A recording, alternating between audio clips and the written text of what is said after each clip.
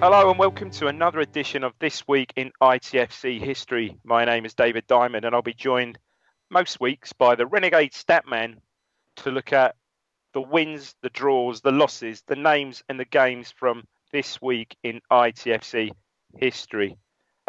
Spoiler alert, Stat, are we going to, we're recording this 48 hours after the game I'll just call it the game at Carrow Road. Anything to say, mate? No.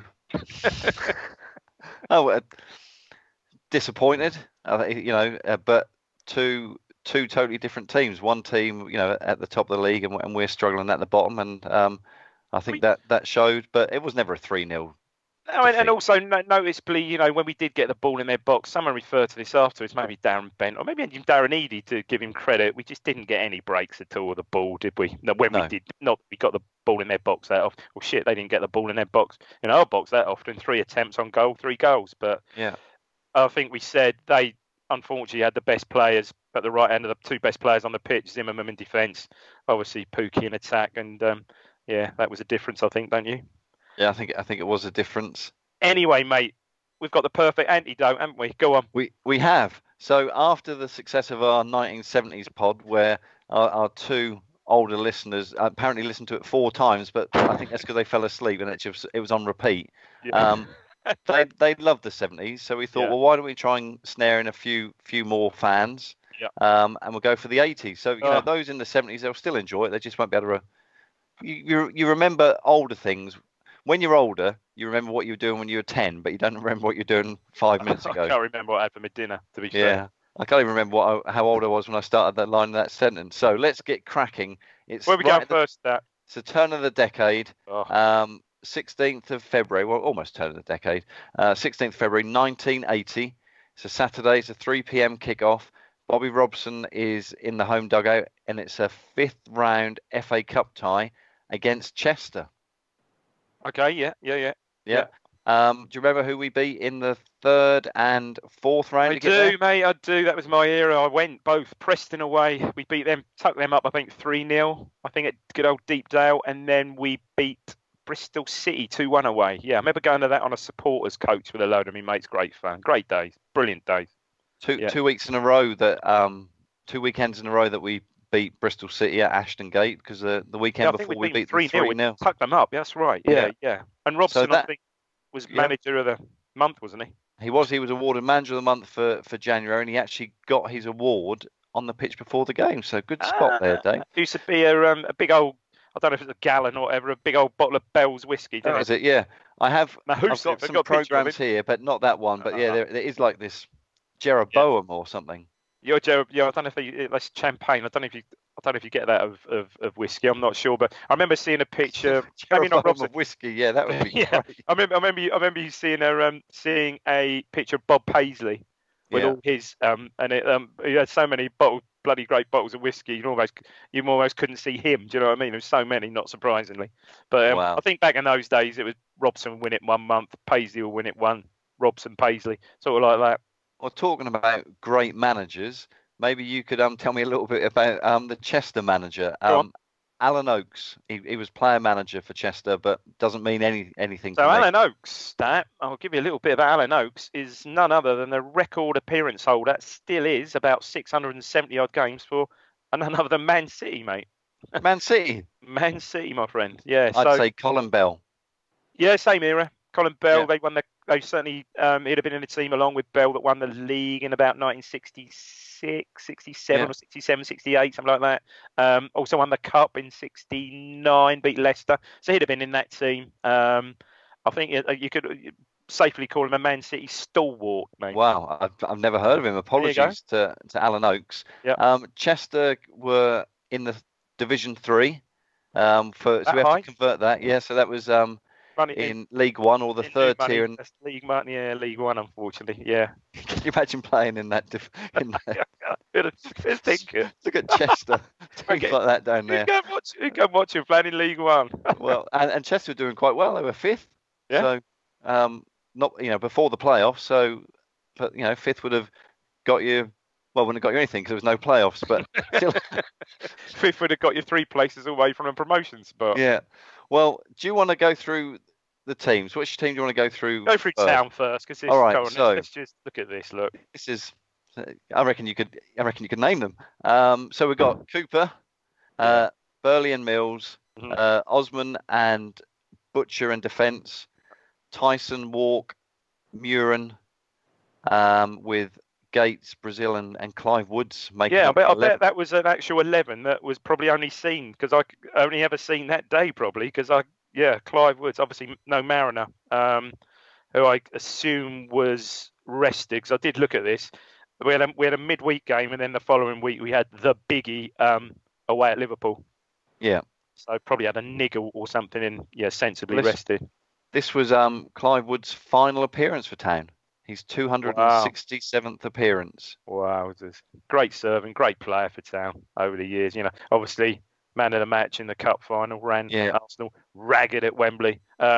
Just a fantastic player, fantastic servant. I'll tell you what, and he didn't, so early part of Clive Woods' Ipswich career, really in and out of the team, didn't play much at all because of Mick Lambert. Robson had Mick Lambert and certainly preferred Mick Lambert to Woods. And Mick Lambert was always a wide player, but always good for a goal as well. So I think he'd have played a lot more had it not been for Lambert. Probably I remember him that season. He had a big old bushy. I'm sure he had a big old bushy curly perm, a la Trevor Weinmark. Yeah, that's how I can picture Clive Woods, and obviously this was his final game for Town, and his career rapidly went downhill. Totally nosedive. Went to Norwich, and when's this? 1980, so mid 80s. I remember playing against him, and I played for a club called Fonera Athletic, no longer going in Ipswich, and their chairman had a tie-in with the chairman or the committee of Newton Flopman. This side of Norwich. Yeah. And Clive Woods played for them. I played against him a couple of times in pre-season friendlies. Tricky, even at that age. He must have been like mid-40s. What a player. Both feet. I mean, epitome of a two-footed player, Clive Woods. Brilliant, mate. Still good. Just drop his shoulder. Fantastic.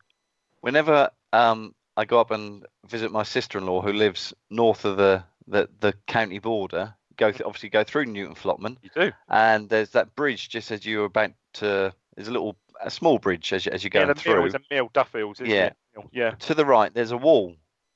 Okay. And whenever we go, we always refer to it as Titus Bramble's wall. Okay.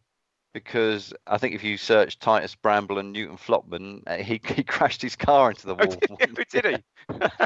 So it's always known as Titus Bramble's wall. There you go. Yeah. So back to this game, Clive Woods. Yeah, he's in the team, and 26,353 people have turned up, and I'm not sure whether they've turned up to see many of the names on this Chester list. So I'm going to go. Oh, there's one in particular stat. Yeah. So the goalie, you're just never going to get. Before you say the team, can I just say, looking through the Leicester team, 26,000, where 6,000 of those police officers. Yeah. They could well have been. All will be revealed. Go on. Yeah, I don't. Were Suffolk's constabulary out in force because they were looking for the goalkeeper, Grenville Millington? What a name, mate! He's like something out of Downton Abbey, isn't it? Grenville Millington, brilliant, mate. You never get anybody in the Premier League now with a name like Grenville Millington. It never will happen. No, I don't think so. I think let's go. Unfortunately, and these names don't mean there's a big name, somebody who very early in his career here. Derek Jeffries. No. So apologies to Derek. This could be anything. Could be anybody. Yeah. Jim Walker. Not really. Trevor Staunton. No. John Cottam. No. All these are probably really great players for Chester. We're doing a Chester fans. Yeah. Because we do have a little about 8 people from Chester will tune into the history show. Absolutely. I hope Always wait for this game. Yeah. So Alan Oakes, we know who he is. No, Alan Oakes. Yeah. Peter Sutcliffe. What? Peter Sutcliffe. Peter Sutcliffe. The Peter Sutcliffe. Brinley Jones. Yeah, okay, yeah, Brinley Jones. Yeah, the next one is quite... Ian Rush. Oh. Funny, Got there in the end. I mean, yeah, Ian Rush actually the season after made his debut for Liverpool at Portman Road. He did, yeah.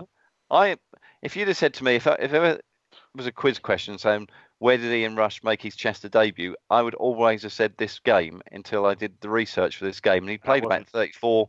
No, he had. matches No, it before wasn't. that. It was the Liverpool one. Was his debut the season after? Yeah. Ron Phillips. No. And this guy looks like he's got a name which I haven't finished. You know, I just got bored at the end. Ian Howat. Howat. Anyway, back to Sutcliffe. Peter Sutcliffe. Peter Sutcliffe. Now, I must admit, when you sent this game, and very much the infamous one was very much 1980 was very much still at large. That is obviously Peter Sutcliffe Chester didn't know that the name was going to be infamous then. But well, when I started typing the team out, and straight away Grenville Millington just made me crack up. And as I went down, I was like, I completely forgot about Grenville Millington. So you would, wouldn't you? You would. You really would. But so, go on. The thing is, there's no footage of this game. No. So I'm going to go by some of the research that I did. I got some things out of programs and some books and stuff. Yeah, I remember one goal. Little. I remember one of the goals. I think it was the equaliser. Chester take the lead. Was it the long goal kick from Grenville? Yeah, to Brinley Jones. Because Chester is right on the border, isn't it? Yeah, it is. Yeah. Chester take the lead after 8 minutes. Hollyoaks. Yeah. Yeah, Hollyoaks is Chester. It is, yeah. I had an Indian in Chester the night that Town lost to Wrexham in the FA Cup third round. Okay. Just nipped back over the border. Yeah. Which we won't be able to do because of Brexit, because obviously Wales would be off in the Euro. Be allowed to go from Wales to England? No way. No. Yeah. Why would you? Exactly. Anyway, apparently, Bobby Robson said that he felt that Town were patient. They didn't panic and stuff like that. And it's a cup game, and they are one of the best teams in the country against a team 2 divisions below. And then just before half time, Burley, he's got a diving header. Yeah, I remember that vaguely. Yeah, to equalise. Yeah. So the best time to equalise, you go in, it's 1-1. Yeah. And then just 2 minutes into the second half, Walk scores in the 47th minute to put us 2-1 up. Yeah. Do you know what? Most of the goals, and he didn't score many. Burley, you probably tell me how many, 10 maybe for Town. Most of his goals, I can remember. The ones I remember were all in cup games. Obviously the one at Millwall, the thumping first goal at Millwall, and I remember him scoring an equaliser a couple of seasons before, last minute off the bar, on a 2-2 draw again. I'm sure you've put it out on YouTube recently, a 2-2 draw cup 4th round, I think, with Wolves against Wolves at Portman Road. Yeah. He sort of comes in an angle and hits in the top corner. Oh, that's the game, yeah. Isn't that the one where you and I were having a conversation? Yes, about where where the away crowd was. Yeah. You're saying, did they sounded right? I said, yeah, I'm sure they did. Sort of maybe late, and he said, hang on, this is 1977, and there they are as we look to the right hand side of the North Stand. Odd, very, very odd. I can't remember. Anyway, Bobby Robson said afterwards that he felt that the Chester fans would have thought they'd done enough for a replay overall. I think he spoke very highly of Chester and how they played, and but realistically, next round, wasn't it? I did some research on this game. We were in a hell of a run. I mean, the week before we played away at Everton. I mean, this is how it was in those days. We beat them 4-0, and that's widely acknowledged. And I certainly wasn't there, but widely acknowledged as one of the great games of the Robson era. But no footage of it at all. And apparently, Gates scored one of the best goals of the Robson era as well, but absolutely no footage of it at all. So we're in pretty fine form. And looking at the date of this game, 2 weeks later was a 6-0 game over Man United. So you could say we were in sort of thumpingly good form, really. Fantastic form. However, I haven't. Oh, is that the one? That's the program. Oh, there it is. So have we got a mascot? Well, first, most importantly, have we got a mascot? That's George Burley and Willie Carr. How much do you reckon the program was? 30p. 25 pence. I was close. Supermarket sweep, I'd have been over the top when I'd been too high. First things first, have we got a mascot? We have got a mascot. The mascot is... Have we got the mascot's address and telephone number? No. No what? No mascot address? No. That's pointless reading it out. Oh. The hell? Well, I'll show you the picture, yeah. If I can zoom in. The mascot is Father Christmas. Oh, sorry. Gavin Argent from Great Corner. Nice haircut. Nice shirt, Gav. Doesn't even say what house he lives at and what bus he got. Bloody ridiculous. Ridiculous. But there was, you could guess who the Santa person was. I'll give you a clue. Paul Cooper. It's him supposed to be diving. Yeah, Paul Cooper. And go on. Well, he was asked some questions, and fortunately, we have got some addresses here. So, Karen Moles, 37 of Shaftesbury Avenue, Dover Court in Essex. Shaftesbury Avenue sounds like Monopoly. Yeah. She won a club pennant for her question, which she directed at Paul Cooper. Go on. What question would you ask Paul Cooper if you were a child? Because I didn't even read it, and I thought, I know what the question will be. What's your favourite chewing gum? Close, but it would be juicy fruit. But the question is, do you decide which way to dive before facing a penalty kick? Of course it was. That was going to be my second. What the hell sort of question? Is there a memory game with Ron Ellis from 30 years before? 20 years before, Yeah. Ron remembers when Ipswich drew 1-1 with Portsmouth at Portman Road in a second division match. Goal scorers were Phillips with a penalty and Saunders for Portsmouth. Anyway, Stat, I have got a number one from that week, and talk about my era of music. The number one from that week. I'll give you a clue. You were sort of talking about it. I don't know how we got on this subject pre-pod. You were talking about the band. And the first ever single you bought, which was? Ghost Town by the Specials. So it was the Special AKA live EP with the main track, which was, I think, number one for 2 or 3 weeks. I think it was the first ever two-tone ska record to get to number one, which was Too Much Too Young. God dear, mate. You had too much. Oh, brilliant, mate. With Skinhead Moon Stomp and Liquidator on the B-side. There you go. How cool is that? What a year. What a game. I just want to show you one more thing from the programme. Go on. Oh, advert. We love the advertisements. Go on. This is WF Tuck and Sons. Okay. And they live in... Oh, no, they don't live. It's their business, they might live there, is in Burston, Diss in Norfolk. Oh, yeah.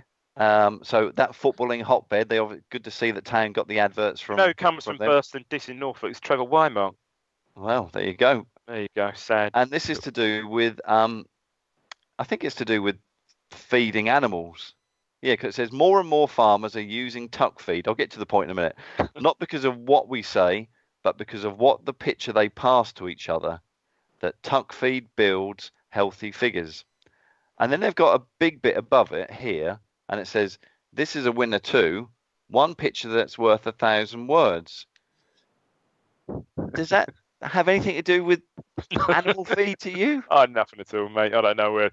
Honestly, that's terrible. Terrible. How about? Anyway, another thing I wanted to ask you. Did you take yourself off to the Odeon? Oh, so 1980? 1980? Yeah. I probably did. I certainly used to go around that time. Go on. Give us a clue. I'll give you a clue. One was... If it was a Gaumont, it was probably a soft porn film. So I obviously never went. That was not shown on Tuesday. Was Private Nurse 10. I kid you not. Anyway, so I'll give you a clue. One of the films had... it was one of Clint Eastwood's biggest films. 1980. Not Dirty Harry or anything like that. Not Any Which Way You Can. No. Before that, I think. Every Which Way But Loose was he 78, made he made himself. He made like a dummy of himself, and he laid it in a bed, and then he put the duvet over, so it looked like he was laying in the bed whilst he might have been doing something else, escaping. Oh, Escape from Alcatraz. Escape from Alcatraz. Oh, how did you get that? Yeah, honestly, but well done, mate. Well done. Yeah, I've sort of seen that film. Great film. Bloody hell, yeah. I did go and see that film. And the other two films that jump out was Monty Python's Life of Brian. Oh, and that, yeah. Honestly, so I must have seen that 3 or 4 times at the cinema back then. Brilliant. Brian who? Talbot? Yeah, Life of Brian Talbot, yeah. Force 10 from Navarone, which I believe was the sequel to Guns Have Never Owned. Guns Have Never Owned. Yeah, it was. Yeah. It's a great film stat. I love the film section. That's a whole new number one film Private section. Nurse 10. Yeah. Great stuff, Stat. Where we going next, mate? Well, just to let the viewers know, you get to choose the games. Well, certainly I chose them last season, didn't I? Yeah. And you've chose these. Yeah. And it is a 1980 special. So I'm surprised you didn't pick all 4 matches from 1980-81. I don't think we could, to be fair. No, yeah. I must admit, I did pick a couple, but needed to be.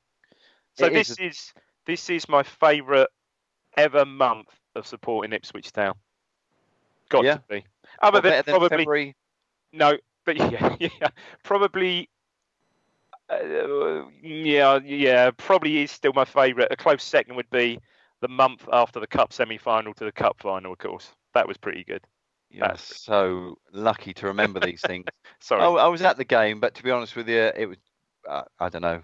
What can you really remember when you're like 8 or whatever and stuff like that? You just it doesn't stay with you. More interested in eating something. So it's the 21st of February 1981. It's 3 p.m. kickoff on a Saturday, and it's a Division 1 tie with Bobby Robson entertaining John Barnwell's Wolves. Mm-hmm. Yeah, John Barnwell. Yeah. Didn't he? Whenever I think of John Barnwell, I think of Northampton. Yeah, possibly. Yeah, I think he was certainly an ex-player. I think he used to play for Forest. May have even been a Wolves player. I'm not sure, but he certainly was an ex-pro. Yeah, ex-player. So, Town are obviously riding high, and we're top. Just incredible. It's just incredible this season how the run we had was, and I did a bit of research on this as well. Just to say, the run we had was just totally, almost mirrored exactly until the crew. Well, we'll get to that in a little while. By Villa, incredible, really. Well, so we were top. 24,200 turned up, and we'd won our previous 5 matches. So we'll go through the Town team. Cooper, Mills, Beattie. Yeah. McCall, Osmond, Butcher. I'm trying to put the centre halves in there at the moment. We'll come back to that. Walk, Muir and Mariner, O'Callaghan and Gates. So injuries already are starting to kick in here. So you're missing Burley that had done his cruciate knee at Shrewsbury. 3 weeks before, 2 weeks before, 3 weeks probably. You've got no Tyson. No. And you've got no Brazil. You've got O'Callaghan. So you've got you've got Beattie, stroke. Yeah, I'd have thought. Yeah, you've got Beattie in at centre half with. I'd have thought Butcher playing left back. I think.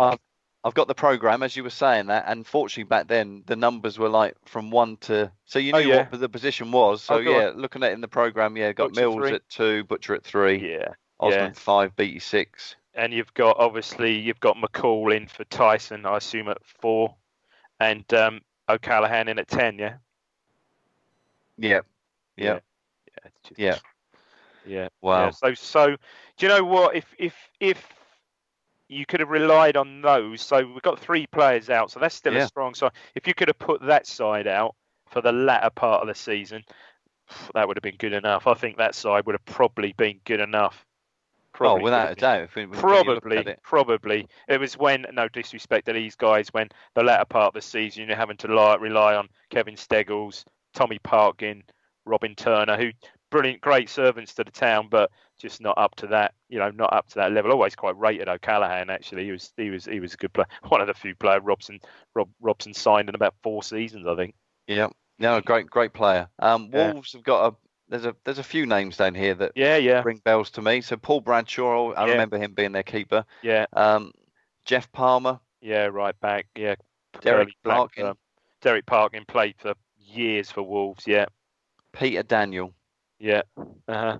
Midfielder. Yeah, sort of solid little midfielder. John McCall. How do you pronounce this next guy's surname? He's McCall. Yeah, silent E. McCauley. I think it's John McCall. Yeah. Again, played loads of games. If you look, played loads of games for Wolves. George Berry, black guy, massive hair. I mean, proper big hair. Yeah. For me, George Berry, if you go back to like the early 80s, and my supporting would have been one of the very few black players that I can actually recall. George Berry. And absolutely. So you'd have had same era. You'd had Viv Anderson for Forest. You can name them. Regis, Cunningham, Brendan Batson. Yeah. Justin Fashanu. Yeah. Probably it. Gary Thompson for honestly, probably it. Yeah, but George Berry always stood out, and I think part of that, like you were saying, was his hair as well. Yeah, massive. Yeah. Kenny Hibbert played for Wolves for a long time, didn't he? Yeah, player. Yeah, Kenny Hibbert. Yeah. Hugh Atkinson. Yeah, Rowan's brother. Yeah. Andy Gray. Yeah, I mean, that paid. Was he not? 1980. I want to say Andy Gray could have been the record signing. I know Trevor Francis was the first million, and then the guy Mills went to West Brom from Borough. But I think Andy Gray may have been a record signing at that point. It says the costliest player in the country after his £1.5 million move in September '79. There you go. There you go. Well done. Good knowledge. Thanks, mate. And John Richards and Mel Eves. Yeah. Again, both. I mean, John Richards played. I don't think John Richards played for anybody else. Played for England, John Richards. When I was Dugan.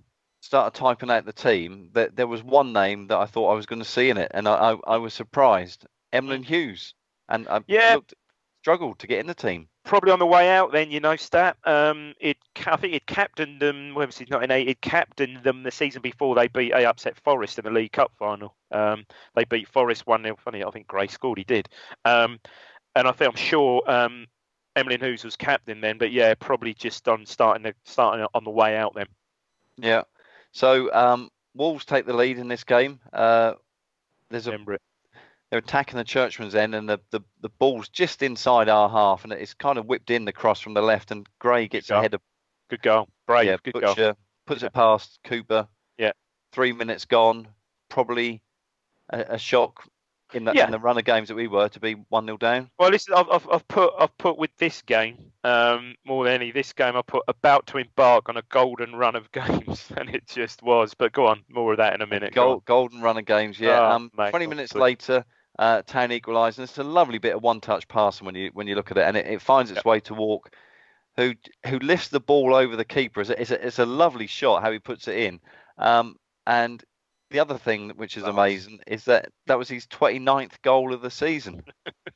I mean, and that's a really good point you make there, Stacks. There's a lot of the season for us still to go. Yeah. So we ended up. And I'm sure he wasn't injured. I can't recall him being injured between then and the end of the season. So, my God, he didn't really score that. Oh, there's another thing. Obviously, we all know what happened latterly in the season. It's sort of unravelled. But, that's a very good point. He really didn't score that many more goals. No, not at all. And just before half-time, the 42nd minute, Town go 2-1 up. There's a cross to the far post, north stand end, and Walk's header... I think he misheaders it. I think he meant to hit the target, and he headers it back across the goal, which is great because then Eric Gates throws himself at it. Yeah, and it couldn't have been very high. A brave player, Gates, little brave. When he took a lot of stick in the bottom. Amount of penalties we got just through Gates. Twisting and turning, getting chopped down. Yeah, brave player, Gates. Then Wolves had a penalty saved by Cooper. I didn't even. Who remember this? That? Cooper saves it, comes back out to Richards, takes it. Cooper saves it, comes back out, and he blazes it over, yards over. Yeah. So that would have made it 2-2. But then in the 66th minute, and I put down a fancy free kick routine. Now, I watched about 3 or 4 times just to double check which player was going in which direction. But incredible. You've got McCall and Callahan. and Muren and stuff all darting off in different positions. Doesn't Callahan cross it, or is it Muren? And Walk plays the ball to Muren, who's right basically by the byline at this point, and he does this really lofted cross. It's a clever cross because if he'd have played it low, it'd just hit a defender. And Beattie, Sad thing, mate, but it's Beattie at the back post, right in front of me. I remember at Churchman's End, his last ever goal for the club. Yeah, this was.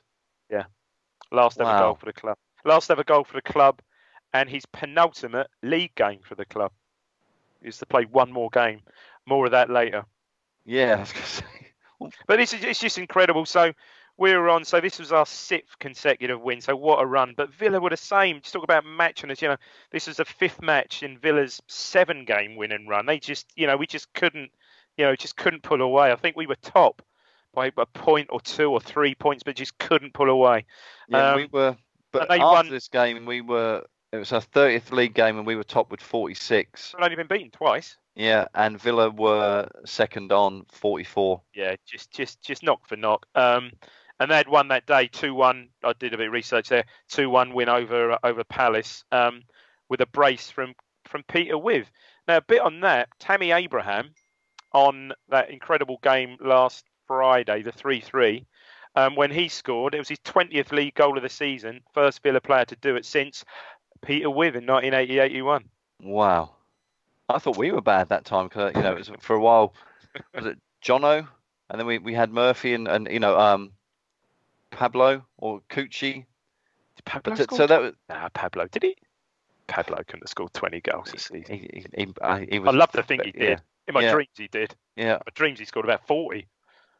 And they were all great goals. Mate. Taking it around 5 defenders, dribbling around. And in the 2-4-5 season, did both, so we digress here, but did both Cucci and Bent both get 20?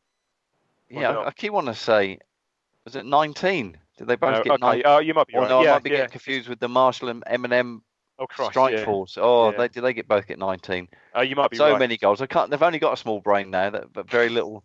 So but I'm going to go to the aid. Night, he equalled it first time ever. Oh, you got a program. Love it.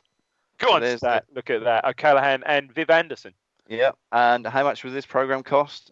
Oh, so that's 30p. The season before was 25. That's not me with a that's not me with a camp cap on. No, it's not me. No. It is 30 pence. The supermarket sweep. Supermarket. And we've got a mascot. Go on. And got his name. Have you got his address? We have. Yes. They're never in Ipswich. Oh, for God's sake, where's this one? His name's Andrew Foreman. Right.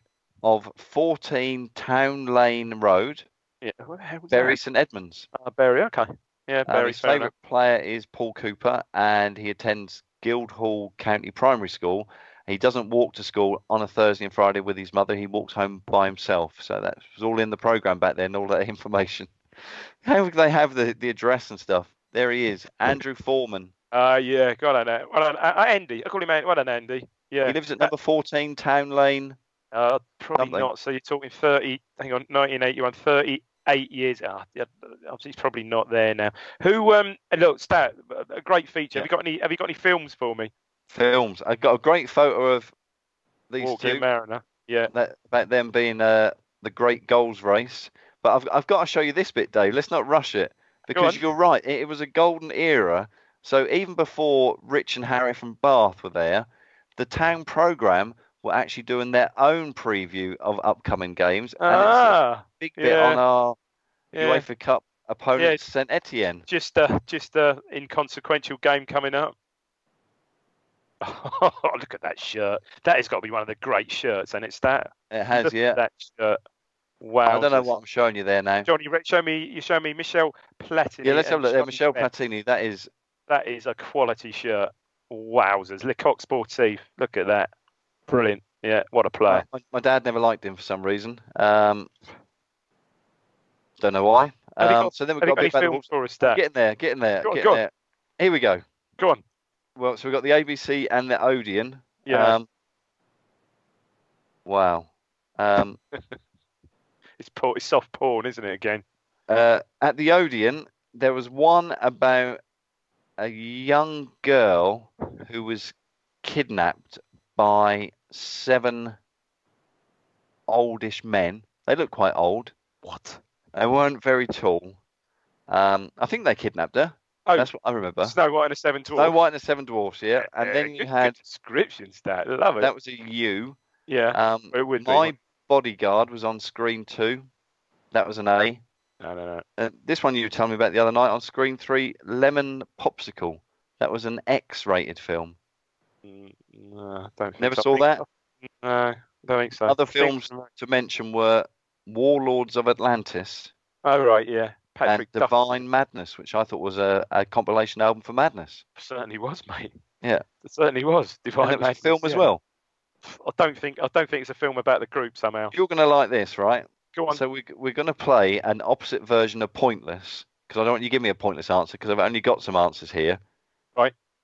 They could be if you well, I'll tell you what it is. Go on. Gaumont live shows between February and April 29, 1981. Can you name one act? Status quo. Because they're always there. No. Not a bad guess, though. Is there some big names? Yeah. One of them, he changed his name to what you could argue to be the biggest name ever in pop or rock. Change his name? Yeah. Not so Elton he's John. No, obviously not Elton John. No. What would if I would say to you, who's got the most famous name in musical history? Well, Elvis Presley. Elvis Presley, yeah. So he changed his name to Elvis. Oh, Elvis Costello in the attraction. Elvis Costello, yeah. Oh man, Christ, I might have even been there. I've seen him. Maybe not that. I've seen him play. I've seen him play at the Gaumont. Yeah, that was the 29th of March, 1981. Camel. I think a heavy prog rock band. I think. Crocus. No. Mo Bandy. No. Oh, yeah, that's what it does say. Steel Eye Span. Oh yeah. Charlie Pride. Was he a comedian? Country singer. Oh, okay. Yeah. Elvis Costello. Leo Sayer. Oh yeah, Leo. Yeah. Sidney Devine and Roger Whittaker. Christ, they had some folk singer. But I have got the ultimate number one, mate, from that week in 1981. And it is a really well-known pop. If you ever go to a pop quiz, yeah. One of the questions could be, which record kept? I'll say it anyway because I'm not sure how to put the question. So, Ultravox Vienna, right? Probably known as one of the greatest ever number two records that stayed at number two, never to get to number one. And this is always it has been pop quizzes. Everyone's shouting it out there, all our 10 listeners. Which record and who was it by kept it off number one? I've always wanted to say this to you. Shut Up With Your Face by Joe Dolce. Joe Dolce. Actually, Shut Up With Your Face. He's probably as good as impressions because he was just a normal guy, wasn't he? What's the matter, you? Yeah, he was. I think. Yeah, I don't think he was. Terrible Welsh impression that was. Whenever I listened to it. Sorry, mate. Yeah, awful. And it kept Ultravox off the. It kept Vienna off number one. But what a season! And we're not finished with that season. We're not. But however, we are for next. We are for now because where are we going next? So it's the 26th of February, 1983. It's a Saturday. Kick-off as always. Mainly. Yeah, 3 o'clock. I keep saying that, and I think, well, everyone knows where it is. Bobby Ferguson is in the town dugout. So maybe tell me a little bit about him and his team as it evolves, particularly the lineup for here. And we were playing Luton Town, who apparently were in the top flight of football. They were, Do you know who they were managed by? I would think Luton Town were managed by David Pleat, who would come to the nation's attention a few months later, actually, particularly after the last game of the season. We'll do a bit on that in a minute. Yeah, and he did that. That was that little thing, he little dance. Right. So there's 18,615 turn up. Town are 11th. So this is significant for me because this is the season 82-83 where Robson's gone. So Robson's gone the previous close season to England. So this is a season where the great Robson team, starts to break up. And it's already shown in the attendances, look. Yeah, I mean, 18,000. Yeah. I'll tell you what so there was an injury before the game. Right. Franz Tyson had clashed with Butcher in training. Right. So he missed out with a calf strain. Uh-huh. And that's why we've then got this team here. Paul Cooper. Yeah. Trevor Putney. Yeah. Underrated Putney. I like Putney. Yeah. Irvin Gernon. Mm-hmm. Tommy Parkin. We've spoken about him, yeah. See what I mean? You look at ignoring Cooper in there, you look at those three, and you're thinking, Yeah. well, No, Putney I mean, was it's very not early no on. Burley, no Mills who had gone, no Tyson, as we said. Yeah. So then we've got Osman, Yeah. Butcher, Yeah. Walk, McCall, Yeah. Mariner, Brazil, and O'Callaghan. So what I'd say to that, looking at that team, shortly Brazil was going to go to Spurs. Yeah. And within a couple of months, 6 weeks, Tyson was going to leave as well. Well, I'm not surprised if Butcher kept injuring him in training. You know, that was... I think that's why. If he's going to keep, if Terry's going to keep kicking me, I'm going. Sorry, Fran. He's Dutch. You got to go. Yeah, for sure. For sure. Sorry, yeah. I lost it. For sure. If Butch keeps kicking me, I'm going. For sure. I'm off. I'm going to Forest with Clough. That was that was terrible. One thing to bring into this game, Paul Mariner was the captain. And obviously it was a reasonably new role for him. And there was a bit in the programme with Bobby Ferguson talking in his notes to say, because Mariner hadn't scored in the previous 8, and he was saying, you know, that he's got a different job to do in the team now, and how difficult he thought it was, Paul Mariner being the captain, but leading from the front. And then I got that, but then I look at the team and think, well, why couldn't you pick anybody else in that team to be captain? This is not an anti-Paul. I love Paul Mariner, don't get me wrong, but Ferguson highlighted the fact that he felt he hadn't scored because he's got the fresh shoulder and the captain. Yeah, I mean, looking at that, you'd think Butcher was perhaps be ready for even Russell Osman. I mean, obviously Butcher did it, but again, looking at the team and the players that are missing that were still at the club, so no Burley, Mills had gone, no Tyson, no Gates. Eric Gates not there. Yeah. So what we got for Luton stat? Jack Findlay was the goal. It's actually Jake. But not what I've written down. Yeah, I know, but I'm not far be it from me to pick you up on that. Yeah. This next guy, I keep thinking he's a snooker player. Yeah, Kirk Stevens. He's a bloody snooker player, mate. Where's a cream suit, a cream 3-piece suit? Do you reckon that when the goals start going in for town, at some point they look at him and say, we need snookers now? I would have done. I remember Kirk Stevens making a 147 break. What, at Portman Road? At Portman Road. Yeah. Same place. Now, back in the 80s, you know, things were probably just a start. You had Prince and stuff coming along, but he always says that he was influenced by the Luton Town player who just went by the name Turner. I could find no other name for him. I think it's Ian Turner. Ian Turner. I think so. Okay. Brian Horton. Yep. Obviously went on to manage Hull City. Is where Man City. Yeah. Clive Goodyear. Yeah. Centre back. He was tired at the end. Yeah. Mal Donaghy. Yeah, Man U. Ultimately went to play. Ricky Hill. Now I remember Ricky Hill. He was a player. Yeah. Now this next thing worries me. Jimmy White. Hang on. Yeah. Bloody snooker. His name is White. Yeah. Okay. Yeah. Now, when I looked in the programme notes, and I'm not suggesting the clubs they're wrong. Go on. But when I looked down on the back, his name wasn't there. Right? White. Oh, sorry, Ian Turner. I meant Wayne Turner, of course, when I said Ian. Yeah. Oh, he's down there. How did I miss him? But anyway, White's not there. Yeah. So I then go into the programme to look at the programme notes. This is how I was spend most of my evenings. David White. And they talk about Steve White. Oh, Steve White. Yeah, okay, yeah. Right? Yeah. But then this is what worries me. And it's when you're not at the game and you're relying on other people's information. I think Steve White is correct. Here we go. This is what the programme says. I should have put more of a light on. So the next player in that lineup was Paul Walsh, okay?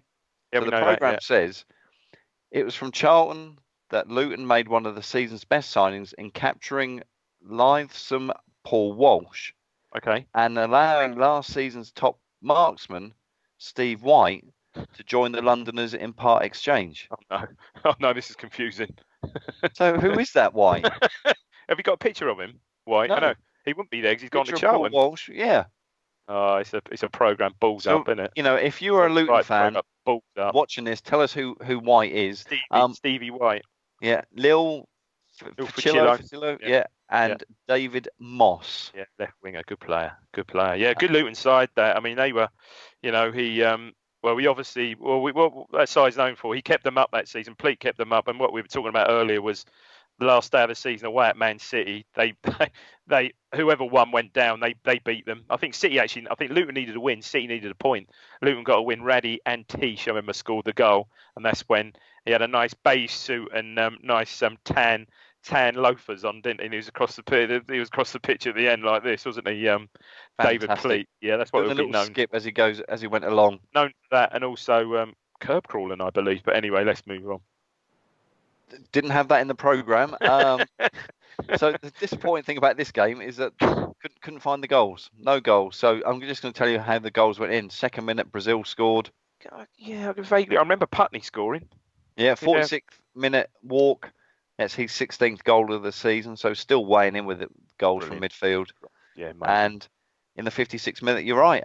Putney, he scored his first goal for the club. I mean, decent.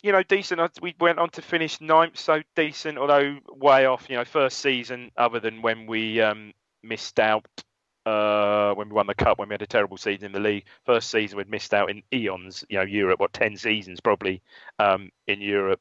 Finished 9th, 10 points off a European spot. But yeah, this was the season where the great Robson had gone. I think the people always talk about the building of the Pioneer Stand and was it a right decision or not. Well, the decision we're taking to build the Pioneer Stand was every single seat at Portman Road had been sold as a season ticket. It's incredible, isn't it?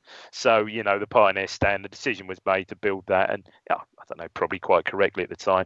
But then the players were coming, Robson left, the players were coming to the end of their contract. I think the season before, he'd only persuaded Moorin to stay for the 81-82 season. He wanted to go, but I think he promised, look, you can go on a free transfer, stay one more season. Robson wanted one last shot at the league. Ultimately, Liverpool finished second. So he had left. And I think the big thing with this season is it was Ferguson, as you said, Ferguson's first season.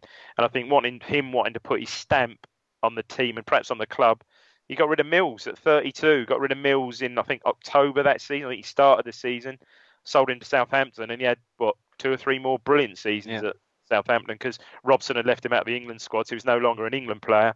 And he had 2 or 3, I think he perhaps even captain, went on to captain Southampton as well. Going back, if you go back to 1982-83 and Bobby Robson turns down England and he's still at Portman Road, do you think that we would be looking at a similar sort of thing? Was the team in decline? Did he get out at the right time, or possibly? But would the players have stayed for Robson? This is the thing. I don't know. That's a hell of a good question, hell of a big question. That stat. Would the players have stayed? I think it's no secret. I think John Cobbold, or Patrick would have been then. Said, look, okay, we won't stand in your way if you go to England. But look, if you decide not to go, here's a 10-year contract. I think it literally. So that's a really, really good question, Stat. I suppose age-wise, some of the players. I mean, obviously Beattie had gone, but you say that it's still quite young. Osman and Butcher are still pretty young. What are they? 23, 24. Walkie can't be much more than that. Mariner maybe a bit of Brazil. So you say that, mate. But the nucleus of the side is still pretty young in its prime, really. So a number of things. I think people found it difficult. The players found it difficult after after Robson went. And I know players putting in transfer requests. So you've got there not long after that. I think we said earlier Brazil was going to leave shortly after as one of his last goals. I would have thought for the team. He scored one more after that, and it was £470,000 he went off to Spurs for. Which when you look at it, you look at how some of the players moved around their money wise. France has been £1 million player 5 years before. Andy Gray, £1.5 million 4 years before. And I think this is the thing, Stat. The players had run down the gun. We sold these players on the cheap. We really did. I don't think we got the true valuation, for these players at all. Tyson was to leave, I think, in the April. All right, again, that was an agreement. He agreed to stay, and I think he if an offer came in for him, so he left. So it was. It was the start of the demise of the great side, and certainly for the next season. I remember certainly the season after we, yeah, for with relegation around the Yeah. relegation spot, but managed to stay up. But Let me yeah, cheer great you up. memories. Great memories. Go on, cheer me up with a program. Go So on, we Stat. What we got? got the mascot. Who we got? Hang on, we Know him. haven't looked at the front. God, We've got to look know at the him. front of the program, haven't we? Just got to check where the price is. Right, let's try and name the players. You've got Russell Osman. You've got Frank Stapleton. Who the hell is that? Osman's wearing a black armband by the looks of it. Yeah. You got Frank. That's Man U. Frank Stapleton. And there's Frank. 80. No, it won't be Norman White. Oh no, it could be. That could be Norman Whiteside. You reckon? Yeah, of course it could. Could be. What do you reckon? Let me have a look here. Could be. Good shout. Yeah. How much was the program? Well, so it's 83. So it's that must be 40p by now. 40p. You're getting good at this now. Yeah. I'm good at this, man. What was at the cinema? Well, I'm going to tell you who the mascot is first of all. Go on, wow. Let's just get further away. So here's a picture of the young man. Yeah. Nice smile. Nice It pose. looks like he's got the. It looks like you when you were younger. If you had a tie on now. Same sort of hair, a bit longer. So here it is. Our mascot for today's game against Luton Town is 11-year-old James Porter of Morea. I don't know how you pronounce this. Moorea. Morea. Yeah, could be. Yeah. Gorse Hill Road. Yeah. Virginia Water. Christ almighty. Sorry. It's the other side of London. His favourite player is Eric Gates, and he attends Sutcliffe School. Okay. Wow. Virginia Water. Can you imagine he must have been like, who do you support? I support Ipswich. Virginia Water down near Escort. It is. Yeah. Been there. It's a lovely place to walk around. Big totem pole around that. There is a totem pole. Yeah, I've got the Stat family have got their photo by that. There you go. Big totem pole. I think we have with the boys. Yeah. Right. We got the Gaumont. Yeah. At this point, oh no, there is a film theatre. Oh no, the Gaumont must have not been a. There's no films for the Gaumont in here. Just live on stage. Maybe that's when it stopped. Yeah, it stopped early. I'm going to get excited by a couple of these. Go on. So 80. This is 83 because I was going to gigs certainly back in 83 there. Go on. Van Morrison. Christ almighty. The Gaumont, Jesus. Yeah. 10 KK. Don't know. Oh, 10cc. Yeah. Okay. Yeah. UFO. Yeah. Heavy metal. Yeah. Leo Sayer. He was there the other year. He had permanent residency. It's a bit like Vegas. Yeah. Spandau Ballet. I saw him. I went to that concert. I went to that gig. Yeah. I saw Spandau Ballet. Crap. They're on for about 50 minutes. The PA was crap, and that's all they did. Yeah, got booed off. Yeah, I went to that concert. Did they do Alan Lee Gold? They certainly did Gold. They just released Gold, the album. Yeah, they did. True. Yeah. Marillion. Yeah. Yeah. Jasper Carrot. Yeah. Okay. And OMD. Wow. And I've seen OMD loads of times there. Whether I saw him 83, possibly not. No, I can't really remember seeing him there. There are some great films. I mean, you probably would have been watching Private Lessons, which was an X-rated one on the Screen 3. But there were two big films that one of them won an Oscar. Wow. Some Oscars, I think. It might not be. My movie knowledge is quite limited. And the other one was one of the first sort of family blockbusters. Okay. Do you want to have a guess? You might want to phone a friend. Yeah, I need some help. I need some help from the audience. Phone a friend. Oh, okay. Yeah, E.T. I see what you did. Yeah, so you know him right over your head. That one did. You're good at this, mate. You're good. And the other one would be what if you wore a police uniform and you and I were out in the pub, people might look across at us and say, "Oh, if you see over there, there's someone else." That was rubbish too. An officer. You'd be an officer. And a gentleman. Yeah. Oh, you're really good at this. Well done, Stat. Love it, mate. I've got to look at this. There's a picture of Ron Ellis. The picture of Ron? Yeah. Come on. The legend. Oh, the ledge. Look at him. There he is. Yeah, Ronnie. Yeah. Paul Mariner's happy there. What's his memory game today? Let's have a look. Tash from Franz there going on in the background. This is all about him and how he remembers everything, and is it actually talks about a book which they plan to publish in 1986, which will be our fifth. So that must have been the 3 years before The Men Who Made the Town. They mentioned it. Yeah. Let's have a go. Wait a minute. Hold up. You've got it. The best book ever. Oh, mate, was back in the day, wasn't it? I think this is probably the best book ever. Full of statistical. Yeah, but the other one is. Yeah, the other one is the book, isn't it? Yeah, it's big. It's big and thick. Well, I'm going to take you to 5 years ago. Ron Ellis takes us to February the 25th, 1978. Oh, okay. We were away. Yeah. We won 1-0. Yeah. The only goal was scored by Clive Woods. We won 1-0 at Newcastle. We did, correct. And look at that huge crowd. Come on, Sky Sports News, because they always say that Newcastle fans are the most loyal in the land. 18,000? 22,000. 22. Wow. Yeah. Brilliant, mate. First away win of the season. Yeah, it was. Yeah. I've got a great number. Again, I've got a brilliant number one for you. So Saturday, when you go in front of when you're at the Curve Bar, we'll get onto that in a minute. But Saturday, when you're at the Curve Bar for the live show, yeah, oh god, if you get embarrassed, yeah, that if you get embarrassed, you'll be too drunk. Maybe it's a crap clue. I'm not as good at this as you are, or maybe you're just not good at picking them up. Or sometimes if you get embarrassed, you'll be too pride. No, you won't be bashful. You'll be bashful. So it's something to do with. It's something to do with one of the. You'll be too shy. Oh, too shy. Catch a goo-goo. Catch a goo-goo, mate. There wasn't one of those dwarfs called Shy, was there? That's what I was thinking. I thought it's not Doc. Oh, it's too shy, mate. Yeah. Bit about that.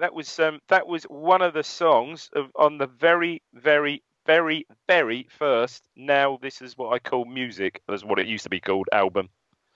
That was on there. What number did they give that one? Funny enough, it was number one. Yeah. So even then, did they call it Now One, or did they do Now That's What I Call Music? Oh no! It was Now That's What I Call Music one. Yeah. And was it wow? And then when they dropped That's What I Call Music was about, I don't know. Obviously later on. I'm just thinking of all the money they're you save. They're up to like 100 and something, aren't they? Yeah, I'd say. I'm sure they're past now 100. Yeah, 107. I'm going to say. Yeah, all right, I wouldn't say many more than that. So now, as you picked it, and it's an 80s special. I know we've never done this before. It's a week after. And my throat is going. We're going back to 1981 again. We are, mate. We are. And again, for me, memories of this game. I was at this game. Go on, Stat. So yeah, it's 28th of February. We're at Highfield Road, which in new money, old money was Ricoh Arena. Yes. Yeah. So Coventry City are managed by Gordon Milne, who, in my mind, always managed Coventry City for a long time. Yeah, I think he managed Leicester as well. Obviously, Bobby is still in still Ipswich manager then. Yeah. So just following on from the previous game, so we're now on a run of 6 consecutive wins. So we're still top, and we face quite a good, I think, looking at this team. Yeah, I didn't realise. Quite a good Coventry City side. That's a decent side, yeah. I mean, that's just how we were in those days, but look at the Coventry side, yeah. So you can fill in the first names. So we've got Seeley. Yeah. So you got Les Seeley. Yeah, Thomas. Danny Thomas. Spurs. More, Danny Thomas, yeah, Spurs, yeah. Roberts. It's a name you won't hear now in the Premier League now. Harry Roberts. Yeah, wow. Harry Roberts, yeah. Yeah.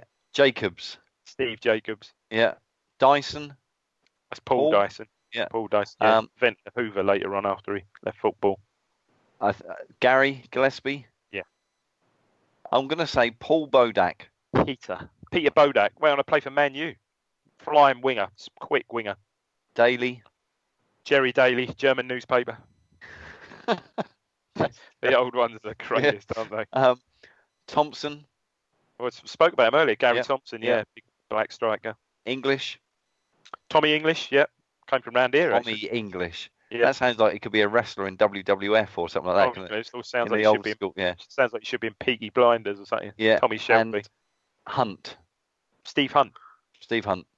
Wow. He played for a long time. Stephen Hunt. Yeah.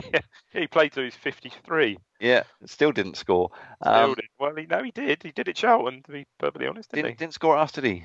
Just going off. And I liked him, but he got to nearly 50 appearances without a goal, which is not great for that position. But anyway, back to 1981. I don't want to distract you from this. Go on. So, Town team, Cooper. That was Noel Hunt who scored at Charlton, of course, not Steve Hunt. Go on. Yeah. Cooper.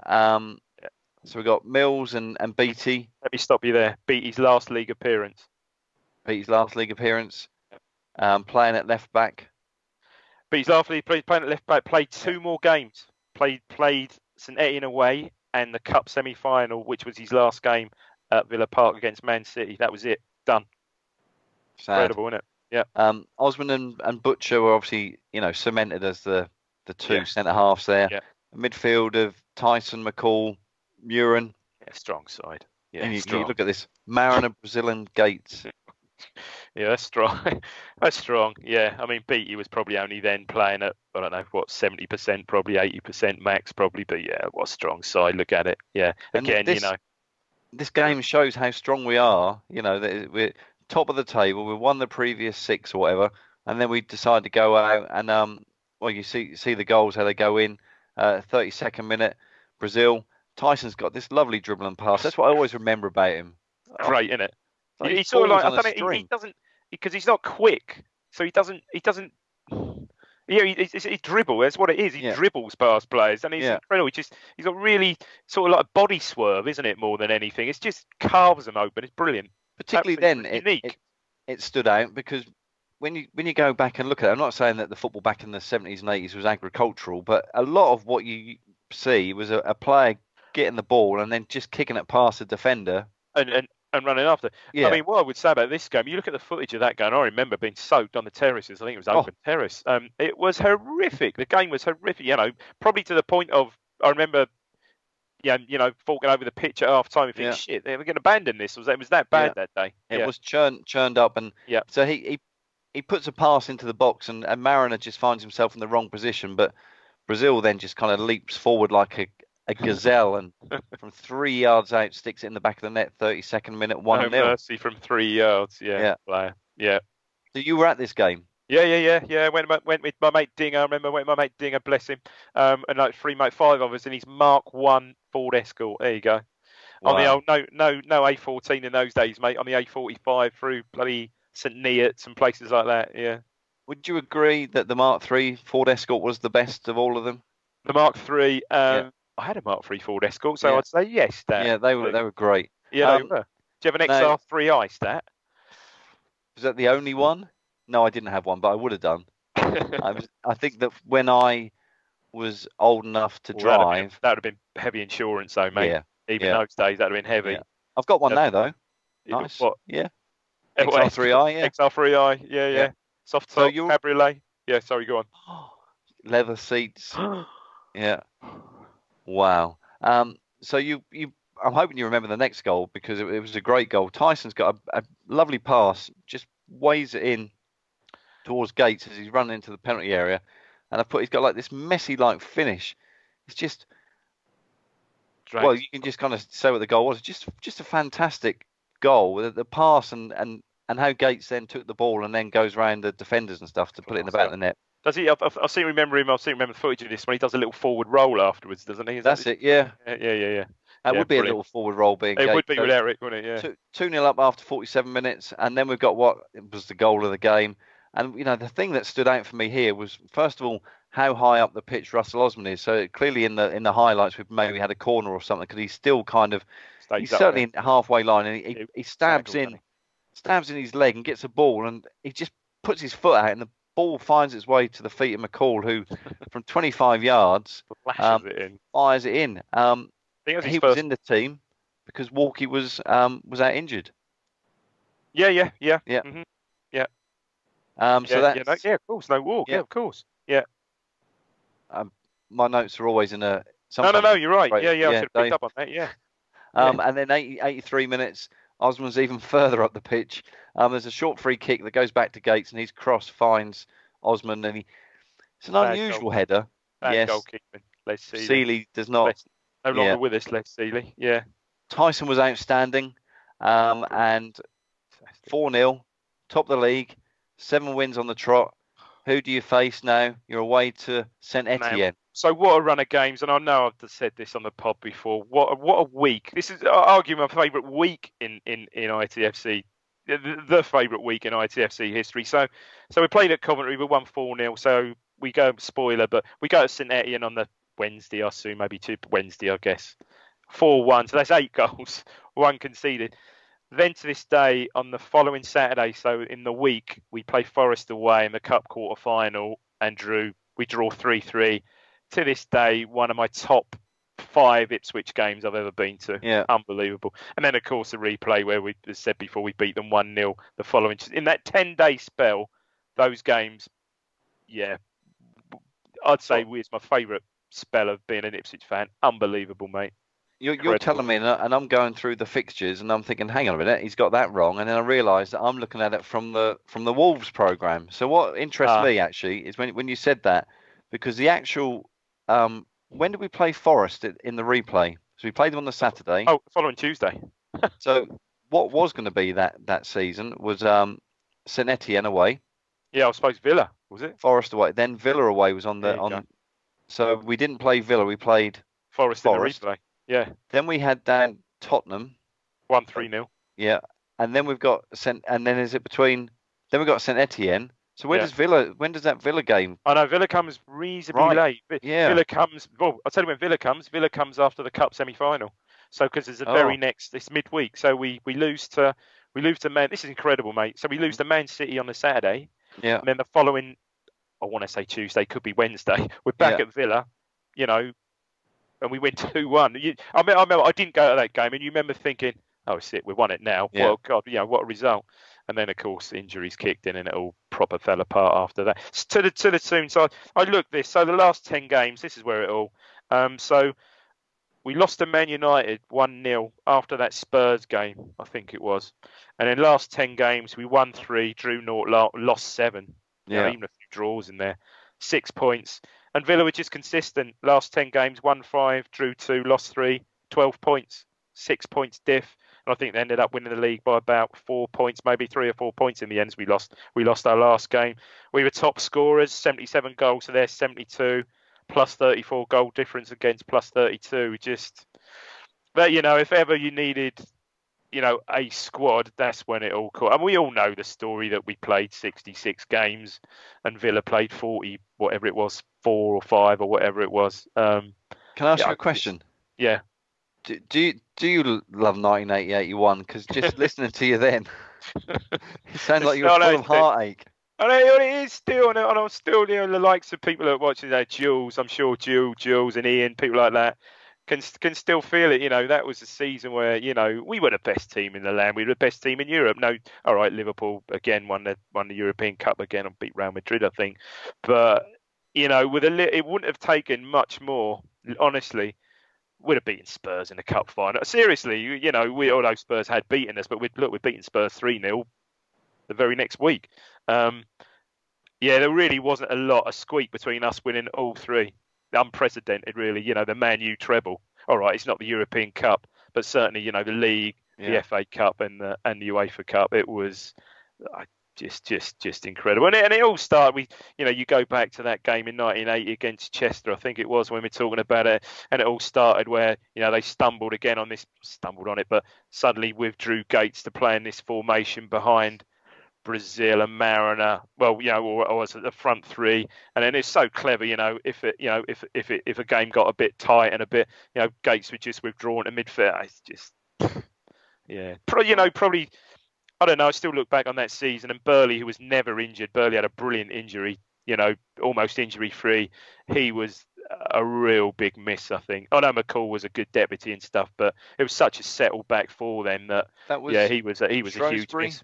Shrewsbury away. I was at that one as well. Yes, Shrewsbury away in the Cup, end of January. And then And then, of course, latterly in Tyson missed a load of games. Mariner was missing games. You can't. I think there was one. I think there was a game where we lost at Norwich. I think I said about this last week. I was having a bit of a Twitter thing with Jules Hughes and talking about the worst derby experience. I said, "Oh man, I remember that one Easter Monday where we got to Norwich, and it would have been I think we'd combine it if we'd have won Sunday, it'd have been almost as big a shock as that, But then I said, well, thought about it. When you look at the team, that team had Kevin Steggles playing in it, Tommy Parkin played in it, Robin Turner.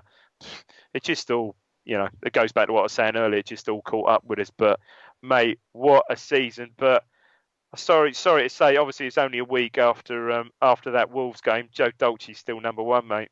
Can't believe it. Still number one. You'd be lucky still not usurped by Ultravox. I can't believe it, mate. Vienna. I haven't got the programme, but I did want to mention some names of players who played in the reserve team that season. Love it. Go on, mate. Yeah. Go on. So I know one of them. If Albert Hall from Bram, Tony Hall, was he playing? Let's have a look. So this was up to what's this programme? So this was up to the Wolves game, which we covered earlier. So Steggles had made 26. Yeah. Ronnie Burns. Irish fullback, I think. 75 appearances. Yeah. Roger Osborne, 24. Tommy Parkin, 24. Yeah. DeVray and Hunter both with 24. Yeah. Gernon, 23. Turner, 21. Putney, 22. Scott Endersby. Yeah, goal. 19. Goalkeeper. Cool, there's loads of them. Jimmy King, 19. He was the one. Jimmy King was the one when he came to the club was going to be the next biggest thing. Jimmy King, and it just never quite worked out for him. Beattie, 15 appearances, 6 goals. Brian Klug, 16 appearances. Kevin O'Callaghan, 10. Yeah. Laurie Civil, 9. Adam Nichols, 8.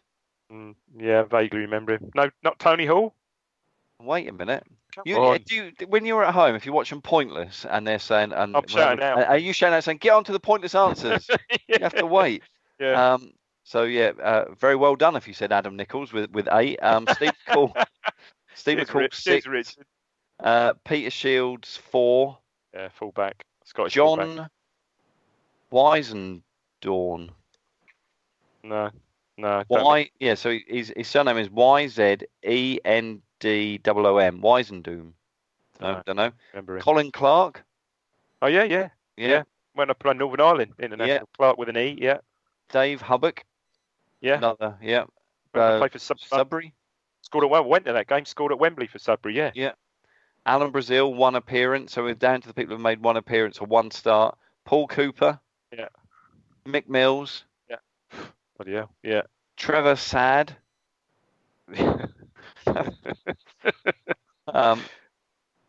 Well done if you said Tony Hall. Hey, Albert. There you go. Who made one appearance today at this point. Okay. And 2 people who have come on to only made substitute appearances. Ian Templeton. Okay, yeah. I know the name. Don Suter. All right, yeah, Don Suter comes from Lowestoft way. Yeah, I remember. Yeah, because he's some of these like Don Suter. I'm pretty sure I played football against him. He was like my age, so in a sort of like a schools cup match or something like that. Pretty sure I may have even played against him. Yeah. Right, I've got one little game for you, and any of the listeners who like this, because it's the sort of thing that I'd like to do, and I think you'd love to do it for 1980-81. So this is at the 21st of February. We've got 20 odd teams. How many? 22 teams in the league. Yeah. And the way that the program has it has the table, and then over there it has the goal scorers. All right. Each team, the top 2 goal scorers. Wow. Go on, can you love it? We're going to start at the top. Go on. Ipswich. Name one of their top goal scorers listed here. 81. So John Walk, yeah. Yeah. So this is at the 21st of February 81. Okay. Remember? Yeah. Okay. Aston Villa. Like Peter Wither, Gary Shaw. Yeah, both of them. Liverpool. 81. Dalglish. 8. 81. So 81. So we said it wouldn't be Rush because Dalglish and McDermott. Yeah, 9. West Brom. Regis. Yeah, 10. Either Alistair Brown or Tony Brown. Peter Barnes, is it? Oh, Peter Barnes. Okay, yeah, winger, yeah. Southampton. Shannon. Yeah, 8. And Moran. Yeah, 13. Steve Moran. Yeah. Yep. Arsenal. Stapleton. Yeah, 10. Sunderland. Yeah, 5. Doing well here, Dave. Tottenham. Garth Crooks and Steve Archibald. Yeah, 18 for Archibald, 13 for Crooks. Forest. Forest, difficult. Francis? No. Oh, difficult. Forest that year, 80-81. Ian Wallace? Ian Wallace, 8, yeah. And the other guy scored 6. Because he took penalties. Robertson? No. Did he have a big money move to Manchester United? Davenport? No. Oh, I don't know. No, this person. Gary Birtles. Oh, Gary Birtles. Oh, shit. Yeah, of course. Where did he go? Where did he go? When did he go? Did he go to Manchester United? Yeah. Birtles, yeah, all right. Yeah, good. Yeah. When I thought I was giving you a duff clue. No. Yeah, I should have got that. Manchester United. They've both got 3-letter Christian names. Lou Macari? Yeah. And, oh, God, blimey. That year, Manu. Nah, go on. Who's the other one? Joe Jordan. Oh, Joe Jordan. Yeah, good spot. Yeah. Stoke City. I'll give you a clue. One of them came to Ipswich in 1995 and said, I've never been relegated in my career. At this point in time... Oh, Lee Chapman. Yeah, 13 goals. Lee Chapman. The other guy you're not going to get. Painter? Ursum. Oh, Locke Ursum. Yeah. I know the name, yeah. Manchester City. Brian Kidd? No, late. No, sorry, much too. Bloody hell, City. Oh, sorry, because I was thinking the Cup. Kevin Reeves? Yeah. And thinking of the Cup. Tommy Hutchison? No, Dennis Stewart. Oh, Dennis Stewart. I'm not even going to mention the next one of these guys who plays for Middlesbrough. Bosko Jankovic? Yeah.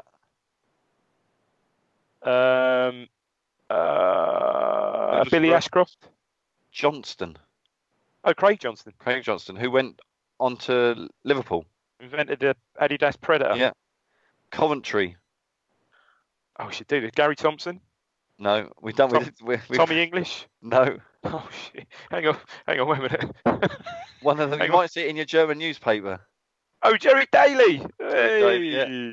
And the other one was the very young Stephen Hunt. Stephen Hunt. Okay, yeah. Well, maybe they scored. They couldn't have got many. Not even strikers. 6 each. Okay. Yeah. Everton with 11 and 7. Bob Latchford?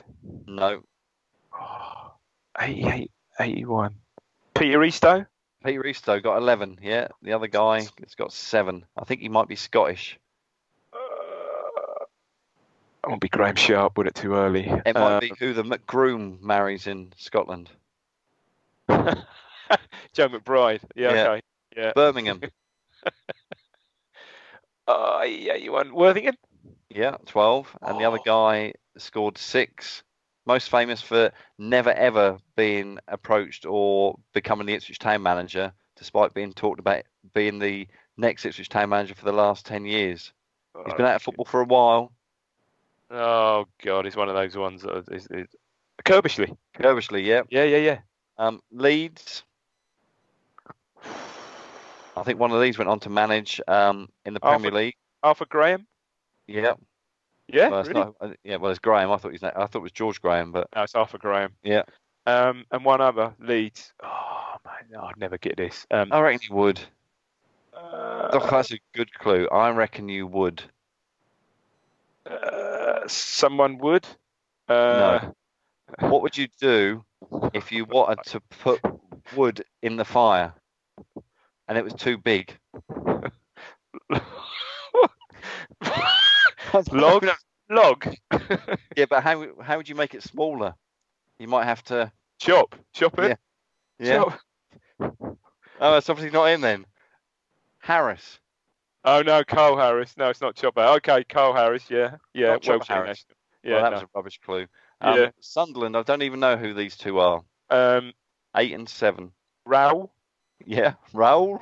Raoul, man. Gary Raoul. I think his name was Gary Raoul, man. He got 8. Raoul and I wouldn't know who else was Sunderland. Go on. Hawley. Oh, John Hawley, ex-Leeds, ex-Arsenal. Wolves should be able to get these. Just talked about the game. Andy Gray, John Richards. Yeah, 9 and 5. 5 for Gray there.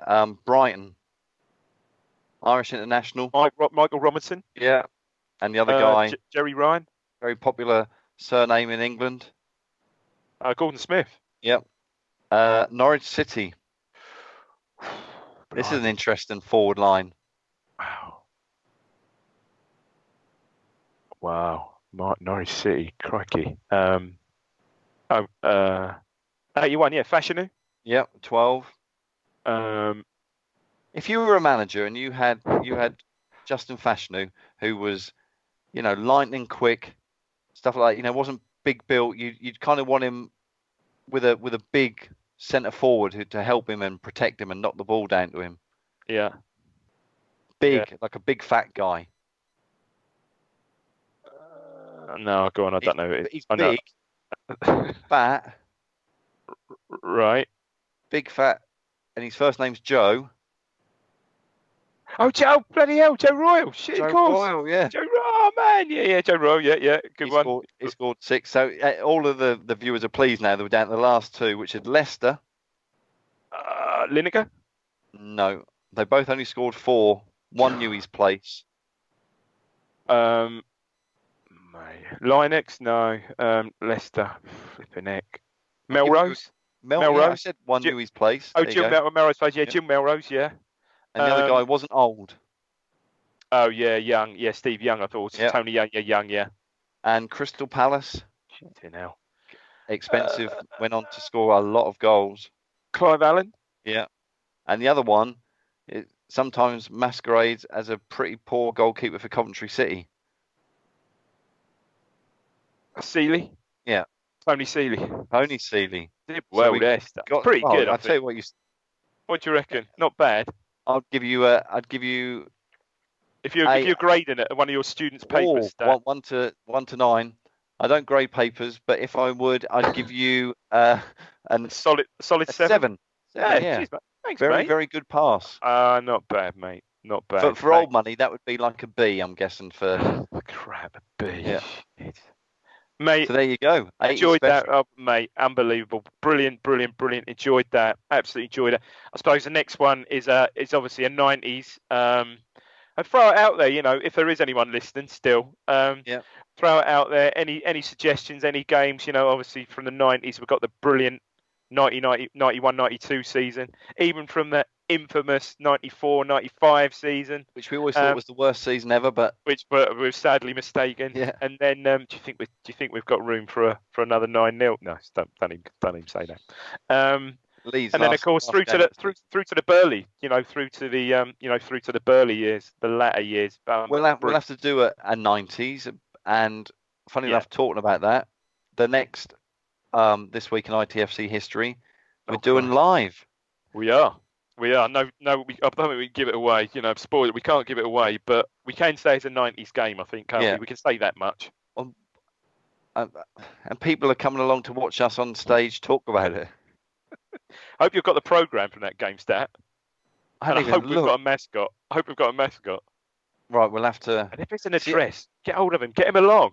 I can't put too much out there, can I? Because people will kind of know what the game will be. So I've got to find the...